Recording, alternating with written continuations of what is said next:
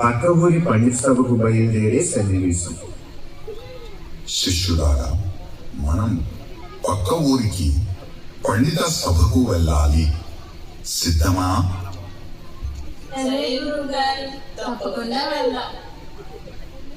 కానీ గురువుగారు, మనం రోడ్డు దారి మీదుగా వెళ్తామా లేక అడవి దారి మీదుగా వెళ్తామా? అడవి దారే చిన్నది, కానీ మధ్యలో ఏరు ఉంటుంది. జాగ్రత్తగా దాటాలి సుమా. అలాగే గురువుగారు.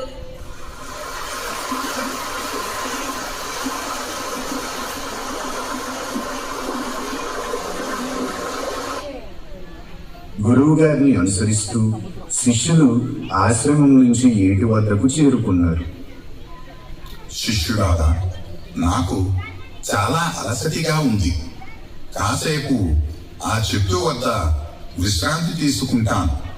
అప్పటి వరకు మీరు ఎలాంటి అల్లరి పనులు చేయకుండా ఏరు ఎలా ప్రవహిస్తుందో గమనించి రండి.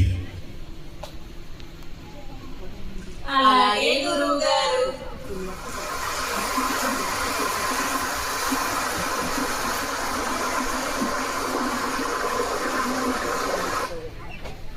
అయ్యో, ఏరు చాలా కోపంగా ఉంది. ఈ ఏటిని దాటాలని ప్రయత్నిస్తే మనల్ని మింగేస్తుంది. అవునా? నేను కూడా చూస్తా ఉండు.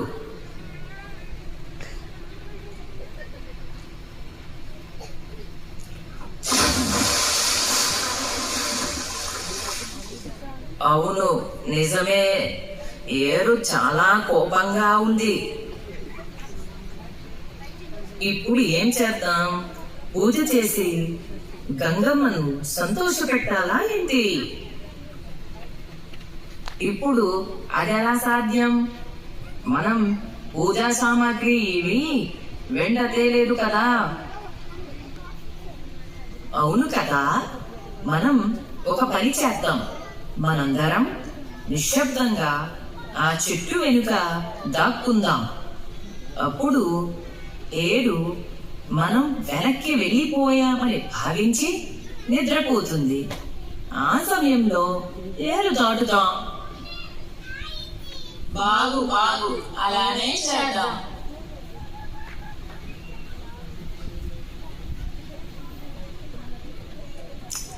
ఒరేయ్, నేను నెమ్మదిగా ఏరుని చూసి వస్తాను. జాగ్రత్త సుమా.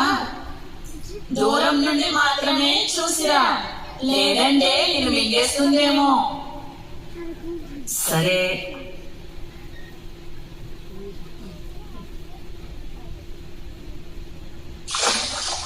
పెద్దగా శబ్దం రాలేదు.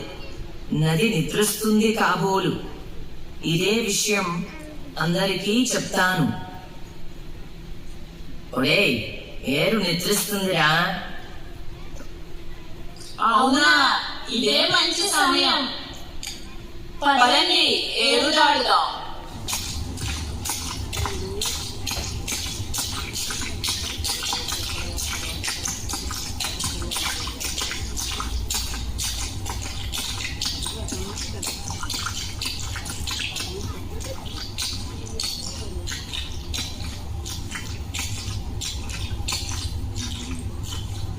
అమ్మయ్య, ఏరు దాటేశాం. ఒరేయ్, ముందుగా లెక్క పెట్టుకుందాం. అందరం సురక్షితంగా నది దాటామో లేదో తెలుసుకోవాలి.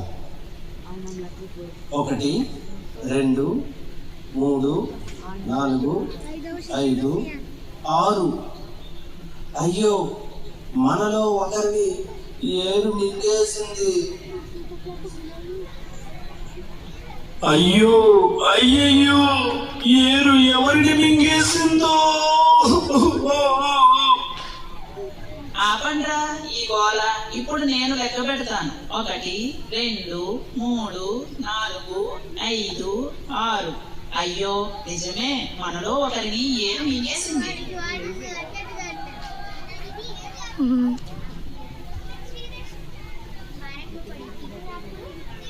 అటుగా వెళ్తున్న గ్రామస్తుడు ఏడుస్తున్న పరమానందయ్య శిష్యులను చూశాడు. ఏమిట్రా, ఏమైందని అలా ఏడుస్తున్నారు? అయ్యా, మేము ఏరు దాటాం, కానీ మాలో ఒకరిని ఏరు మింగేసింది. అవునా? మీరు మొత్తం ఎంతమంది? అయ్యా, ఆశ్రమం నుంచి మేము మొత్తం 7 శిష్యులం వచ్చాం, కానీ 6 మాత్రమే ఉన్నాం. సరే, నేనిప్పుడు ఒకసారి లెక్క పెడతాను. 1 2 3 4 5 6 7. చూశారా? మీ లెక్కలో మిమ్మల్ని మీరే మర్చిపోయారు. ఈ ఏరు ఎవరినీ మింగలేదు. అయ్యో, మేమే పొరపాటు చేస్తాం. ఇదే జ్ఞానం. ఏ పని చేసినా జాగ్రత్తగా ఆలోచించాలి. అలాగే అయ్యా, ధన్యవాదాలు. ఒరే, మన గురువు గారు ఎక్కడున్నారో? ఒరే భృతాయ్, నన్ను మర్చిపోయారు కదా. దేవతలనే ఉండండి, నేను కూడా వస్తున్నాను.